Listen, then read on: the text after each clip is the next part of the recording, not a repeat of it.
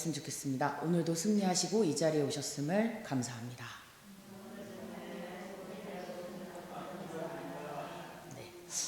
죄송하지만 이 앞에 불을 좀 켜주실 수 있을까요? 네. 네. 조금 어두워서. 네.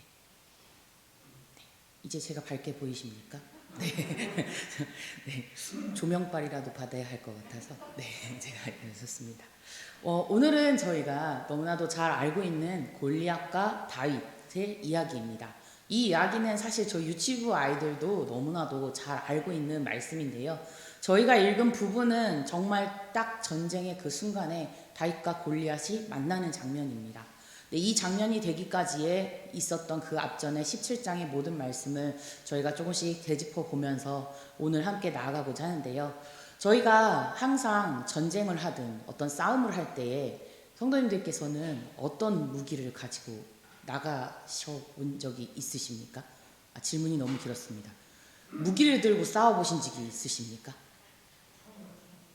처음, 에?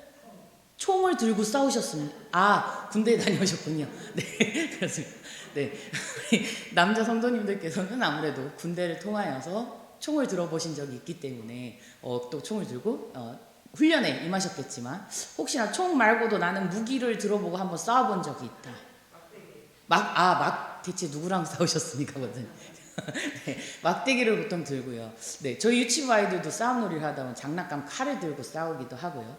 근데 저희가 그렇게 무기를 드는 이유는 사실 그냥 싸우기 위함이 아니라 그 전쟁에서 이기고자 함입니다.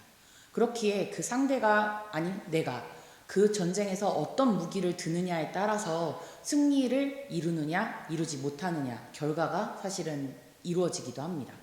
그렇기에 우리가 어떤 싸움을 하든 그 싸움의 전략을 알고 그 전략에 따른 무기를 제대로 선택해야 할 것입니다. 만약 남들은 상대편은 총을 들고 있는데 나는 칼을 들고 나간다면 한 방에 빵 하고 쏘는데 거기서 내가 칼을 휘두른다고 이길 수 있겠습니까? 그리고 이번엔 내가 총을 준비해 나갔는데 상대방이 만약 대포를 가져온다면 총 한 방으로 어떻게 되지도 않는 그 싸움에서 전쟁 한 방으로 또다시 지고 말게 되겠죠. 그 전쟁뿐만이 아니라 어떤 게임을 하는 선수들 역시도 자신이 가진 몸이나 또 가진 도구를 통해서 그 전쟁에 나아가고자 그 게임에 이기고자 하는 역할들을 감당하기 마련입니다. 오늘 사실 이스라엘 역시 블레셋과의 전쟁에서 이들은 많은 두려움에 휩싸여 있는 상황에 처하였습니다. 왜냐하면 이 블레셋에서 보통 들고 나오던 칼이나 창이나 방패로 싸우는 것이 아니라 너무너무나도 큰 군대 장군과 같은 그 세상에서 보지도 못했던 사람을 데리고 나왔기 때문입니다. 그의 이름은 골리앗입니다. 골리앗의 크기나 골리앗이 어떻게 생겼고 그것은 중요하지 않지만 성경에 나와 있는 골리앗의 생김새를 말하기를 17장 4절에서 7절에서 이렇게 말합니다. 블레셋 사람들의 진영에서 싸움을 도두는 자가 있는데 그의 이름은 골리앗이요 가드 사람이라. 그의 키는 6규빗 한 뼘이요 머리에는 놋 투구를 썼고 몸에는 비늘 갑옷을 입었으니 그 갑옷의 무게가 놋 5,000세겔이며 그의 다리에는 놋 각반을 쳤고 어깨 사이는 놋 단창을 메었으니 그 창 자루는 배틀채 같고 창날은 철 600세겔이며 방패 든 자가 앞서 행하더라. 듣기만 해도 어마무시한 사람입니다. 사실 나와 있는 무게들만 합쳐도 어마어마한데요. 먼저는 키 6규빗, 보통 한 규빗이 이 팔꿈치에서 검지손가락 끝까지의 길이를 말합니다. 근데 보통 평균적으로 그 길이를 45.6cm로 지정하고 있는데요. 6규빗의 한 뼘, 이 한 뼘 역시 23cm를 뜻합니다. 근데 그렇게까지 하면 그 키가 무려 2m 96cm입니다. 3m나 되는 키에 달합니다. 뿐만 아니라 그가 들고 있던 투구와 갑옷들, 그 무게만 해도 놋으로 된 무게가 5,000세겔이라 명하고 있습니다. 여기에서 5,000세겔을 무게로 환산하면 57kg이나 됩니다.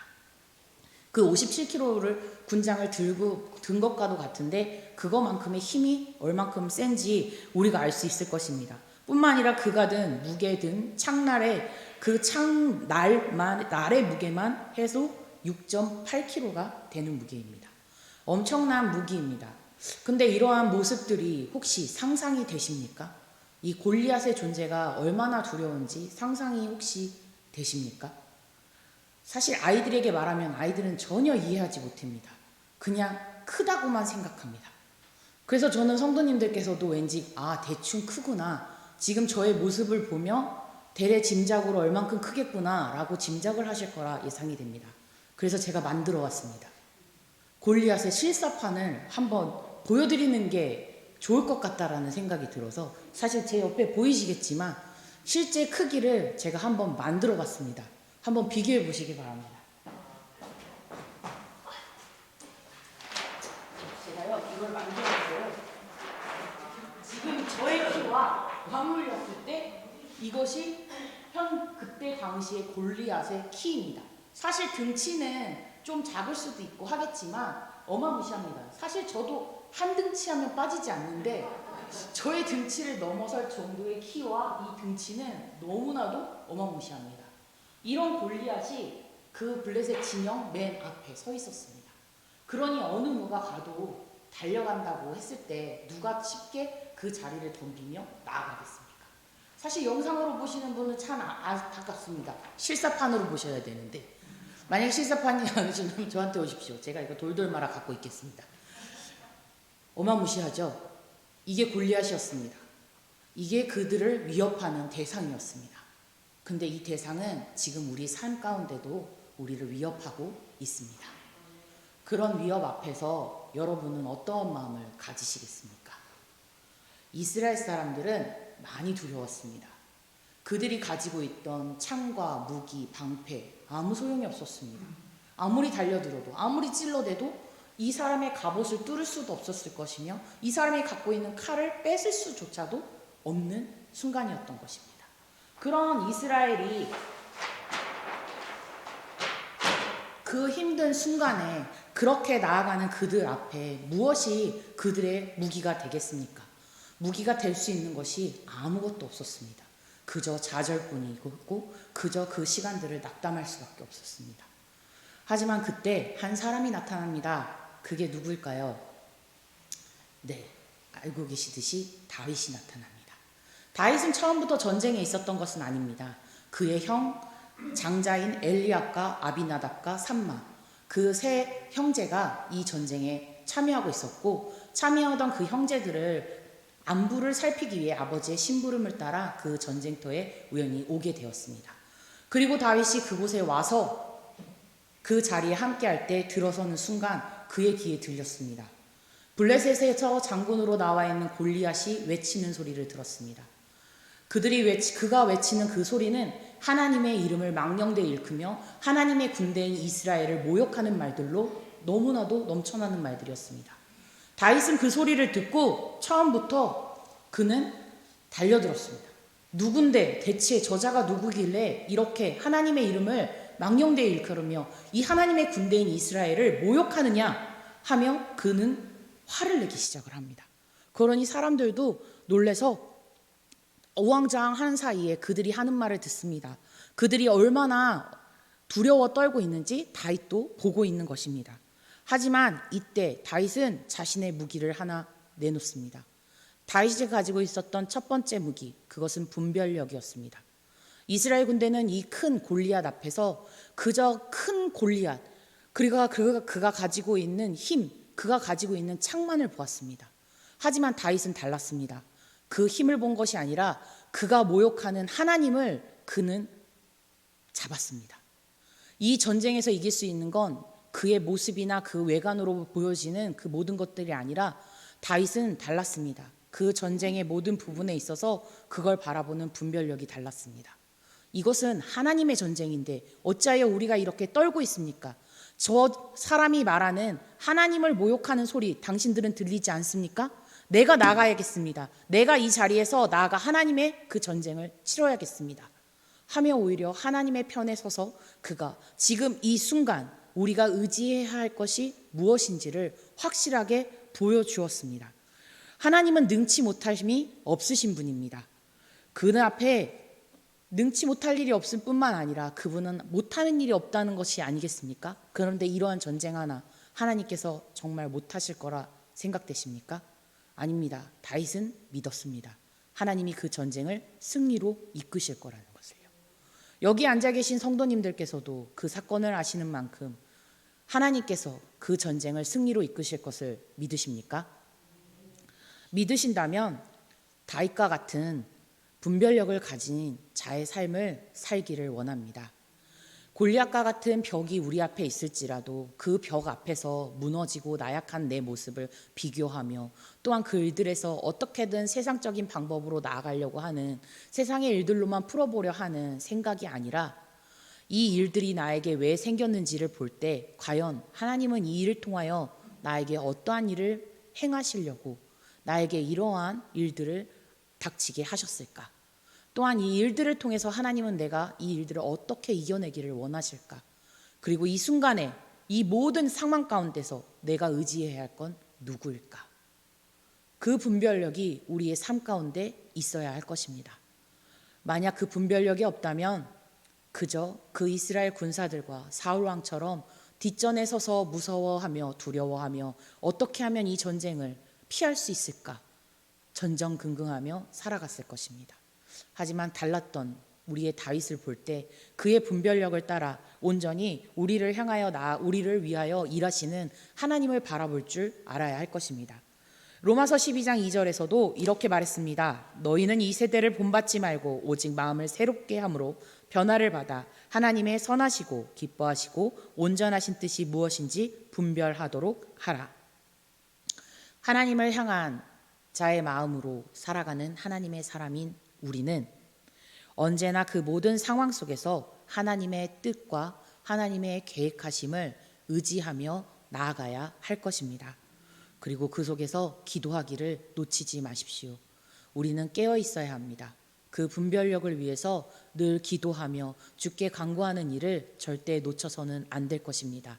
그렇게 했을 때 우리 역시 다윗과 같은 분별력을 통해 모든 상황 속에서도 그 상황만을 바라보는 것이 아니라 그 상황 뒤에 그 뒤에 앞서 행하시는 하나님을 보게 될 것이며 그 하나님을 향하여 나아갈 때 우리는 또한 승리함을 맛보게 될 것입니다.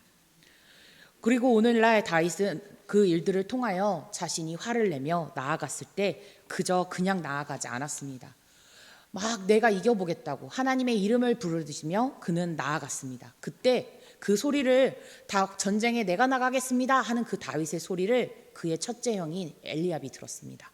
그리고 그 엘리압이 그 다윗에게 다가와 말합니다. 17장 28절에 큰형 엘리압이 다윗이 사람들에게 하는 말을 들은지라 그가 다윗에게 노를 바라여 이르되 내가 어찌하여 이리로 내려왔느냐 들에 있는 양들을 누구에게 맡겼느냐 나는 내 교만과 내 마음의 완악함을 아노니 네가 전쟁을 구경하러 왔도다. 형은 이 다윗을 너무나도 보잘것없이 표현하고 있습니다. 오히려 다윗에게 교만하다고 오히려 너는 이 전쟁을 구경거리로만 생각하고 이렇게 가볍게 이 자리에 왔느냐 하며 다윗을 꾸짖기 시작합니다. 그러나 그러한 상황 속에서도 골리앗은 오히려 더 담대하게 나아갑니다. 아닙니다, 형님. 저 할 수 있습니다. 제가 전쟁에 나가겠습니다. 우리 뒤에 하나님이 있는데 왜 하나님의 백성을 하나님의 나라를 모욕하는 저자를 저렇게 그냥 두십니까? 저 나갈 수 있습니다. 오히려 흔들리지 않는 그 마음을 형에게 나타냅니다. 그 흔들리지 않는 마음은 사울이 알게 됐고 다시 다윗은 사울에게 불려나갑니다. 그리고 사울에게 나아가 그 말들을 똑같이 할 때 다 사울은 말합니다. 33절에 내가 가서 저 블레셋 사람과 싸울 수 없으리니 너는 소년이요 그는 어려서부터 용사임이니라. 너는 소녀다. 하지만 저 앞에 나와 있는 장사인 그는 어려서부터 아예 용사로부터 키워진 자이다. 그런데 네가 어찌하여서 그를 이길 수 있느냐 하며 말을 합니다. 그런데 그때 다윗은 어떠하였냐면요. 두 번째 무기를 꺼냅니다. 바로 흔들리지 않는 믿음입니다. 다윗은 절대 그런 말에 흔들리지 않았습니다. 오히려 사울에게 말했습니다. 주의 종이 아버지의 양을 34절에 주의 종이 아버지의 양을 지킬 때에 사자나 곰이 와서 양떼에서 새끼를 물어가면 내가 따라가서 그것을 치고 그 입에서 새끼를 건져내었고 그것이 일어나 나를 해하고자 하면 내가 그 수염을 잡고 그것을 쳐 죽였습니다. 또한 이르되 37절에 여호와께서 나를 사자의 발톱과 곰의 발톱에서 건져내셨은즉 나를 이 블레셋 사람의 손에서도 건져내시리이다. 그것이 다윗의 흔들리지 않는 믿음의 고백이었습니다. 다윗은 결코 흔들리지 않았습니다. 작은 것 하나에도 하나님이 함께 하심을 굳건히 믿었습니다. 한 형의 질타를 받는 그 순간에도, 사울이 말리는 그 순간에도 그는 결코 흔들리지 않았습니다. 오직 하나님만을 바라보았습니다. 하나님만을 의지했던 우리의 다윗은 끝까지 하나님을 붙들고 나아가기를 강권하였습니다. 그렇게 어떻게 할 수 있었을까요? 다윗의 온 마음은 오로지 하나님이었습니다. 하나님밖에 없었기 때문입니다. 하나님밖에 없었던 그 다윗의 마음은 시편 16편 8절에서 11절 말씀에 함께 나와 있습니다. 내가 여호와를 항상 내 앞에 모심이여 그가 나의 오른쪽에 계심으로 내가 흔들리지 아니하리로다. 11절에 주께서 생명의 길을 내게 보이시리니 주의 앞에는 충만한 기쁨이 있고 주의 오른쪽에는 영원한 즐거움이 있나이다. 그것이 우리가 알고 있는 다윗의 정말 굳건한 믿음이었습니다. 그 믿음은 결코 흔들리지 않았습니다. 오히려 그 흔들림 없이 나아간 다윗은 17장 47절 오늘 저희가 읽은 말씀 가운데 외칩니다. 또 여호와의 구원하심이 칼과 창에 있지 아니함을 이 무리에게 알게 하리라. 전쟁은 여호와께 속한 것인즉 그가 너희를 우리 손에 넘기시리라. 이것이 다윗의 진정한 믿음이었습니다. 그렇다면 이 믿음을 볼 때 성도님들의 마음 가운데도 이 믿음이 있으십니까? 아멘 하셔야 합니다. 있으시죠? 네. 저희가 유치부 아이들에게 하나 가르치는 것이 있습니다. 지금 사둥이들에게 알리는 것인데요. 사실 사둥이 하면 아시겠지만 강연이 그리고 한음이 설준이 하준이가 있습니다. 그 4명의 친구들은 이제 2살, 3살 터울에 가진 아이들인데요. 아무것도 모릅니다. 유치원부등부 와서도요. 율동만 합니다. 말씀 시간에는 떡봉이 없으면 가만히 있지를 못합니다. 그 정도로 우리가 보기에는 아무것도 모릅니다. 근데 그 중에 제가 한음이를 지난주에 교육을 시켰습니다. 이거 말씀드리면 주일날 오셔서 계속 한음이한테 물어만 보실 것 같은데 너무 자주 물어보지 마시고 한 번에 모여서 가셔서 물어보시기 바랍니다. 네. 한음이에게 제가 그렇게 가르쳤습니다. 한음아, 하나님 어디 계시지? 그렇게 가르쳤더니 한음이가 이렇게 표현을 합니다. 하나님은 여기 계셔. 하나님은 여기 계실 거야. 그 어디에도 안 가시고 여기 계실 거야. 한음이 마음에 하면서 몇 번을 강조했더니 그 다음부터 하나님 어디 계시지? 가슴을 칩니다. 말도 할 수 없고요. 그 어떤 것도 모릅니다. 사실 훈련에 의해서 얻어진 것입니다. 하지만 그 손짓 하나에 저는 너무나도 감사했고 그 아이의 그 모습이 아무것도 할 수 없는 아이가 아니구나. 가르치고 또 그 아이가 깨달으면 그 마음 가운데 계시는 하나님을 그 아이도 느낄 수 있겠구나. 그 믿음이 확신이 되었습니다. 그렇기에 아이들을 가르치는 일을 멈출 수가 없는 것 같습니다. 하지만 그 일들은 분명 우리도 배웠습니다. 우리도 이만큼 살아오면서 우리 성도님들께서도 이렇게 오랜 시간을 살아오시면서 하나님 어디 계시죠? 네, 이렇게 하셔야 되는 겁니다. 내 안에 계십니다. 내 안에 계신 그 하나님, 내 안에 계신다면 흔들릴 수가 없습니다. 어떤 골리앗이 와서 나를 친다 하더라도 어떤 환경이 나를 와서 친다 할지라도 어떤 어려움이, 어떠한 고난이, 어떠한 연단이 내 삶에 다가와 나의 모든 것들의 벽을 만든다 칠더라도 나는 결코 쓰러질 수 없습니다. 오직 하나님이 계시기 때문입니다. 그 하나님을 향한 여러분의 믿음이 결코 흔들리시지 않기를 소원합니다. 그리고 또한 그 흔들리지 않는 믿음 가운데 주시는 하나님의 승리함을 또한 맛보실 수 있는 우리 성도님들이 되시기를 또한 바랍니다. 그리고 그 흔들리지 않는 마음 계속돼서 죄송합니다. 언제까지 해야 될까요? 네, 주님 오시는 그날까지입니다. 그날까지 계속되지 않으면 아웃입니다. 아웃되시면 안 됩니다. 꼭 일어나 그 승리함을 맛보시고 그 삶의 주인공이 되시기를 바랍니다. 그리고 나서 다윗은 그 형들과 또한 사울 왕의 만류에도 끝까지 흔들리지 않는 믿음을 보여준 것처럼 그래도 나는 나가겠습니다 했습니다. 그래서 그때 사울이 다윗에게 자신이 가지고 있던 갑옷과 칼과 방패를 입혀줍니다. 그리고 다윗은 하나씩 다 입어봤습니다. 그리고 칼도 들고 방패도 들었습니다. 근데 뭔지 모르게 익숙하지 않은 이 옷과 이 장비들이 너무나도 힘겨웠습니다. 몇 번 연습을 하면서 걸어보았습니다. 걸어보는데도 이것이 너무 익숙치가 않았습니다. 그래서 결국 그는 다 벗었습니다. 무기가 없이 나가려고 합니다. 과연 될까요? 성도님들, 아까 제가 처음에 말씀드렸지만 싸움에서 이기려면 무기가 필요하다고 했습니다. 그런데 다윗은 그 모든 훌륭한 무기들을 벗어던졌습니다. 그리고 그가 선택한 것은 무엇이었을까요? 혹시 아십니까? 다윗이 어떤 것을 선택하였는지? 네, 맞습니다. 시냇가에서 가장 깨끗하고 매끈한 돌멩이 5개와 자신이 항상 들고 다니던 물매를 가지고 나갔습니다. 물매가 어떤 것인지 혹시 아십니까? 이게 착 쏘는 새총 같은 거요? 네. 새총이라고 많이들 생각을 하시는데 이렇게 긴 막대기가 있다면요, 요 끝이 가죽처럼 돌멩이를 담는 선으로 이렇게 돼 있습니다.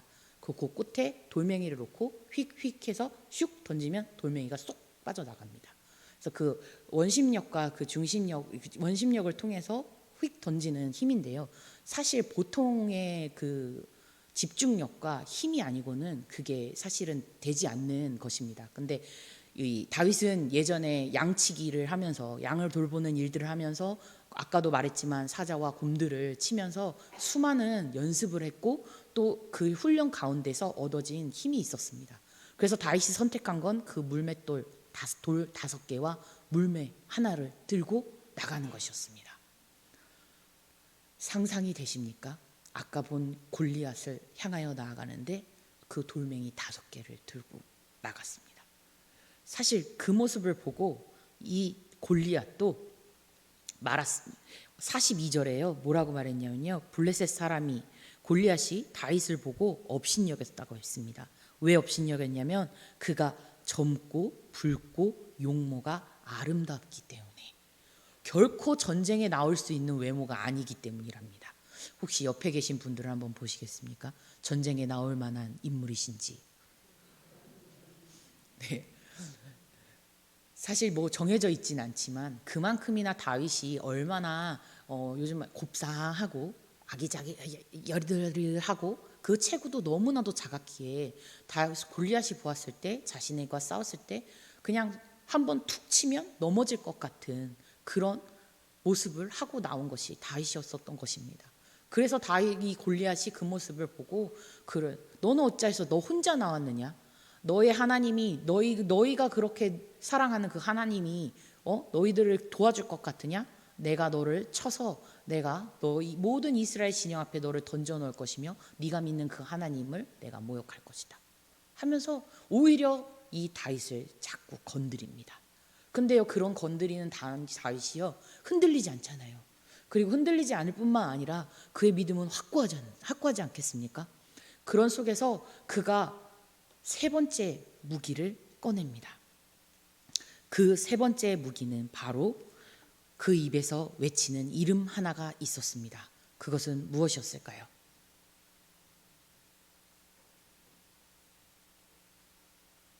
이렇게 하면 제가 유치부 아이들에게 이렇게 합니다. 누굴까요?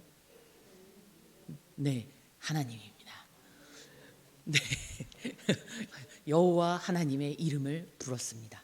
바로 다윗의 3번째 강력한, 가장 오늘 말씀의 핵심 무기입니다. 바로 여호와 하나님의 이름으로 나아갔습니다. 그는 그의 입에서 외치는 하나님의 이름은 거침없었습니다.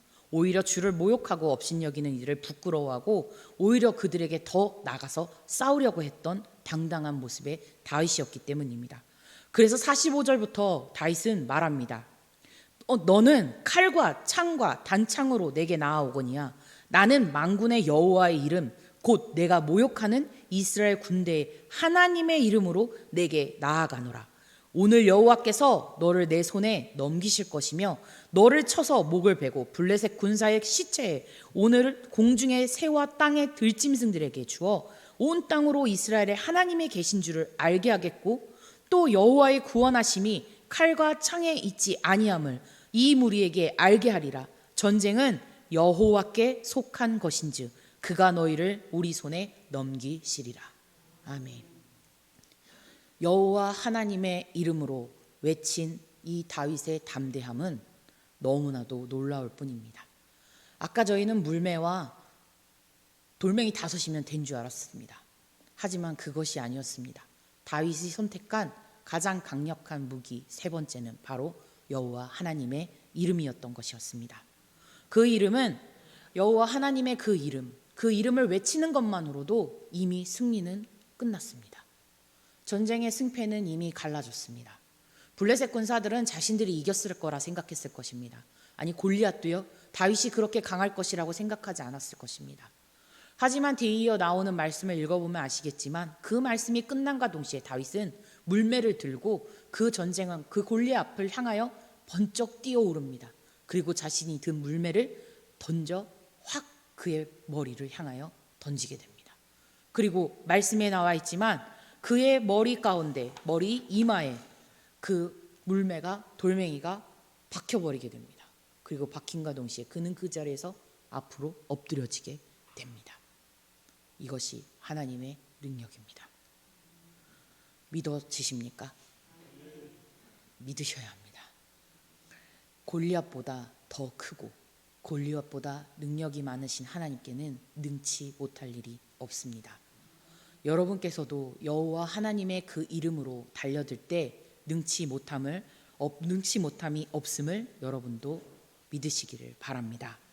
하나님께서는 언제나 창세 전부터 우리와 지금까지도 그리고 앞으로도 늘 함께 하실 것입니다.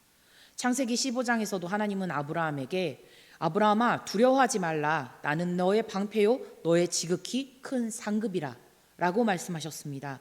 뿐만 아니라 모세가 두려워하고 있는 이스라엘 백성들을 데리고 홍해 바다를 건너기 전 그들에게 이르기를 출애굽기 14장 13절에 너희는 두려워하지 말고 가만히 서서 여호와께서 오늘 너희를 위하여 행하시는 구원을 보라. 너희가 오늘 본 애굽 사람을 영원히 다시 보지 못하리라 말하였습니다. 뿐만 아니라 이사야 역시 41장 10절에 두려워하지 말라. 내가 너와 함께함이라. 놀라지 말라. 나는 내 하나님이 됨이라. 내가 너를 굳세게 하리라. 참으로 너를 도와주리라. 참으로 나의 의로운 오른손으로 너를 붙들리라. 이 말씀을 우리가 듣는다면 결코 우리 앞에 그 어떠한 시련도 문제가 될 것이 없을 것입니다. 다른 무기 필요 없습니다. 오직 하나님의 이름으로 나아가면 됩니다. 정말 그 일들을 믿으십니까? 그럼 옆에 계신 분에게 한 번 더 말씀해 주십시오. 우리의 무기는 하나님이다. 진짜 하나님입니다. 그 어떤 것도 아닌 눈앞에 당장 보이는 골리앗, 눈앞에 당장 보이는 우리의 모든 상황들이 내 힘으로 되지 않기에 사실은 두렵기도 하고 떨립니다. 저도 이렇게 설교를 전하고 있지만 저도 당장 이 문을 나서고 나서 저에게 닥친 상황들이 때로는 버거울 때가 있습니다. 그리고 그 버거움 속에서 저 역시 왜 안 쓰러지겠습니까? 쓰러질 것입니다. 하지만 그때마다 늘 힘을 주시는 하나님은 우리에게 늘 깨어있기를 원하십니다. 그리고 힘을 주십니다. 그 힘을 주시는 방법은 여러 가지가 있겠지요. 능치 못할 일이 없으신 분, 그 하나님은 마가복음 9장 23절에서 말씀하셨습니다. 할 수 있거든이 무슨 말이냐? 믿는 자에게 능히 하지 못할 일이 없느니라. 또한 빌립보서 4장 13절에 내게 능력 주시는 자 안에서 내가 모든 것을 할 수 있느니라 하셨습니다. 그렇다면 오늘 우리는 다윗의 인물을 보았을 때 그 인물이 가진 그 무기, 성도님들에게 다 있으시죠? 없으신 분 있으십니까? 없으리라 믿습니다. 저에겐 다 있습니다. 그 3가지가요. 그렇다면 이제 여러분의 삶 속에서 누릴 것은 승리밖에 없습니다. 그리고 승리의 기쁨과 그 기쁨을 안겨주신 하나님 앞에 감사함밖에 넘쳐날 일이 없습니다. 그럼 두려워하지 마십시오. 오히려 힘을 내십시오. 그리고 나아가십시오. 그것이 하나님께서 원하는 일입니다. 그리고 늘 깨어있기를 간구하십시오. 우리가 가져야 될 가장 첫 번째 중에 분별력은 우리가 기도해야 얻을 수 있을 것이며, 우리가 하나님의 이름을 부르짖을 때, 그리고 말씀을 가까이 할 때, 깨어 기도할 때 얻을 수 있는 것입니다. 그 분별력을 갖기 위해 무기를 갖고 있지만 그 무기를 우리가 계속해서 닫고 다스리며 또 관리를 하지 않으면 전쟁에 나갔을 때 어떻게 총을 쏠 수 있고 어떻게 그 무기를 사용할 수 있겠습니까? 무기를 갈고 닦아야 하는 것도 우리의 할 일입니다. 그 무기가 우리에게 있으면 그 무기가 떨어지지 않게끔 단련을 해야 되니까요. 그 단련의 그 첫 번째는 말씀에 깨어 묵상하고 그 말씀대로 기도하는 순종의 삶입니다. 뿐만 아니라 우리가 흔들리지 않는 믿음을 얻기 위해선 예배 생활에 집중해야 합니다. 예배를 한번 빠지는 순간 우리의 분별력은 흔들리게 되고, 예배가 아닌 세상을 향하여 나아가는 그 발걸음과 우리의 손길이 우리의 생각과 마음을 흐트려 놓습니다. 그럼과 동시에 악은 우리의 틈을 타기 시작합니다. 그럼 우리는 결코 다시금 흔들리지 않을 수가 없습니다. 그렇게 우리는 예배 생활에 집중해야 할 것입니다. 그리고 그 여호와의 이름으로 나아갈 때 온전히 주의 일에 봉사하고 헌신하는 그 마음 가운데 순종함으로 나아가고 주님의 복음을 전하는 삶을 끝까지 이어가야 할 것입니다. 그것이 우리의 무기를 다스리는 세 가지 방법입니다. 분별력과 흔들리지 않는 믿음, 그리고 여호와의 그 이름. 그것은 여러분의 삶 속에서 쉽게 얻어지는 것이 아닙니다. 물론 거저 주셨습니다. 그 은혜와 사랑은 거저 주셨습니다. 하지만 거저 주신 그 은혜를 갈고 닦고 내 것으로 만드는 것은 나의 노력과 나의 결정이 필요합니다. 그 결정과 노력 가운데 끝까지 포기하지 마시고 나와 함께 하시는 그 하나님을 믿으며 오늘날의 다윗과 같은 믿음으로 하나님 앞에 기쁨이요 자랑이 되실 수 있는 우리 성도님들이 되시기를 바랍니다. 그리고 나아가 앞서 우리에게 있는 닥쳐오는 모든 일들 속에서 두려워하지 마시고 이제부터는 아까도 말씀드렸듯이 승리의 기쁨을 맛보며 그 기쁨 속에 하나님 앞에 감사가 넘치시는 삶이 되시길 또한 바라겠습니다. 기도하겠습니다.